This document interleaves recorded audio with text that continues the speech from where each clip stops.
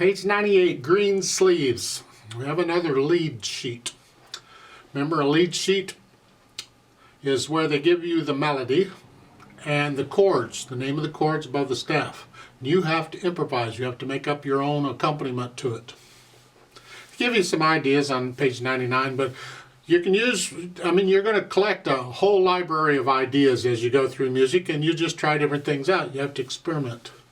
But first, you got to make sure you can play the melody okay, because you got to have the melody down pretty well so you can focus on the improvising.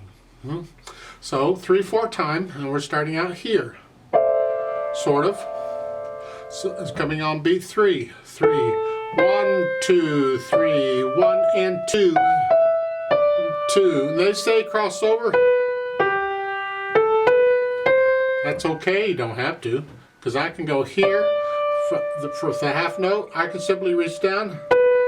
But that's just a G chord, and I can finger a G chord that way. I don't have to cross over the thumb that way.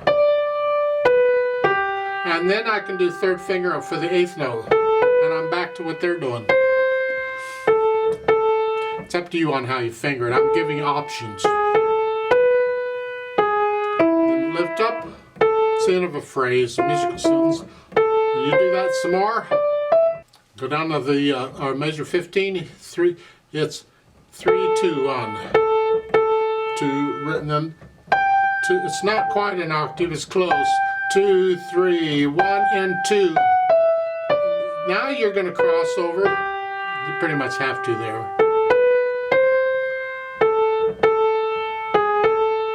And you do that some more. So get this melody down so you're doing okay. And then we'll talk about this left hand. Well, the first thing to do is make sure you know all the chords involved. So let's just go through those. So we'll play them as block chords. We have an A minor chord. It doesn't matter where you play it, just play it. And then you have a G chord is here. And then you have an F chord. And you have an E chord. An E chord has a G sharp in it. And you do that some more. And A minor. Then measure 17, it's a C chord. Let's come down here. And then a G chord. F chord, E chord, C chord. Maybe you want your C up here, I don't know, because then the G chord is here. I don't know. We'll figure out where to play it later. Right now I just want to know, make sure I can play I know what all the chords are. And once I have that, then I can figure out, okay, where do I want to play these chords? Because I just did a root position on all of them. Here. Well, maybe I don't want a root position. Well, if you'll notice the pattern, we're going down the keyboard. Here, here, here. And when you do that, root's fine. You want this going. You want to hear that.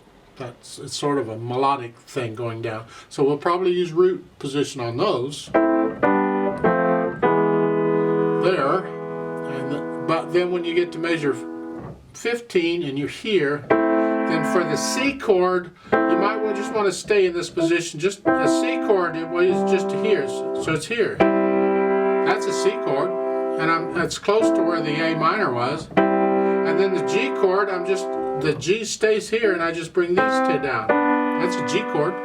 So I'm staying right in this area. Here. And then I go down. Do it again. C chord.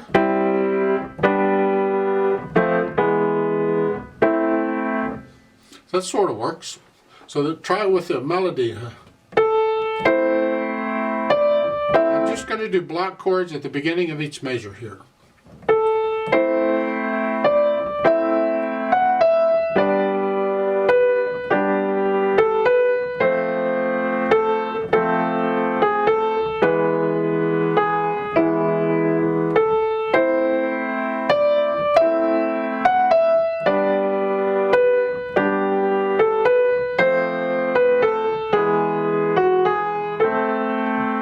Here I didn't move it,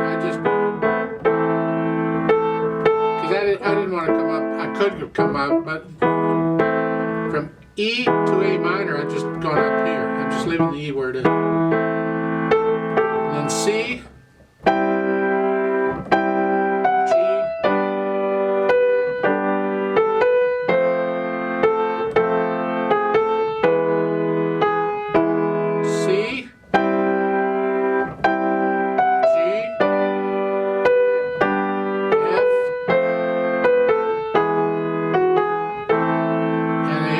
just did that. Although at the end of the piece, you probably should end in root position. So maybe I would come here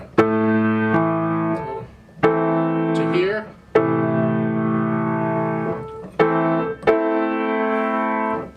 It's just good form, and I mean this is second position, and it's kind of a weak position to be ending a piece in. I might want to end it in a root position, so the A is on the bottom at the end. So I go here and then here, or here and go down, whichever, just because it's the end of the piece. Now that's block. I don't have to do block, I can do broken chords. They give one pattern over on page 99. It's just a quarter note and a half note. And I'm not playing all, I'm just doing the top and bottom note in the chord here.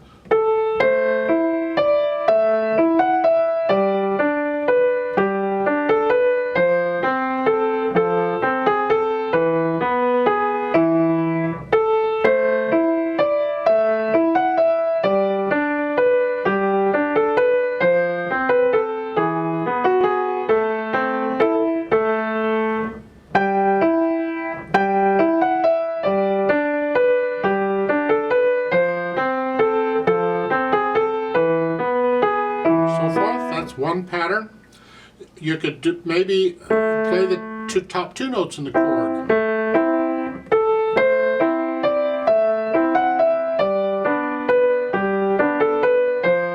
The problem with that is it gives more emphasis on the second beat of the measure rather than the first. And really it should be so 1, 2, 3, 1, 2, 3. You want the first beat to have the emphasis.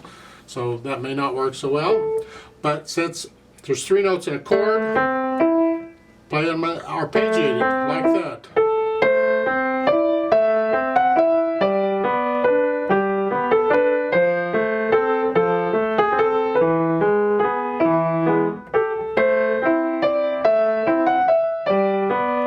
Mix it up.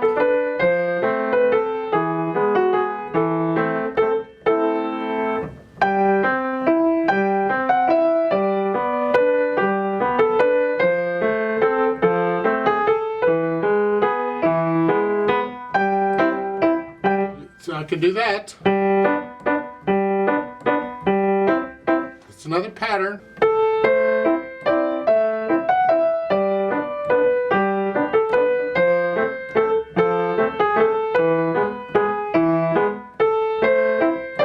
I don't have to do quarter notes. I can mix up the rhythm too. It's entirely up to me and my imagination.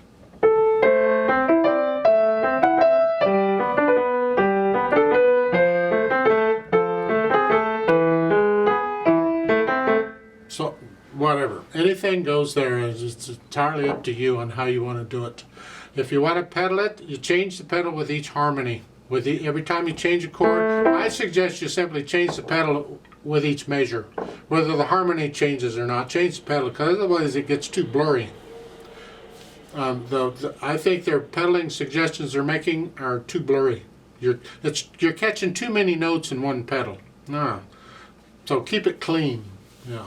You could use the waltz pedal style where you only pedal the first beat of the measure. And to bring.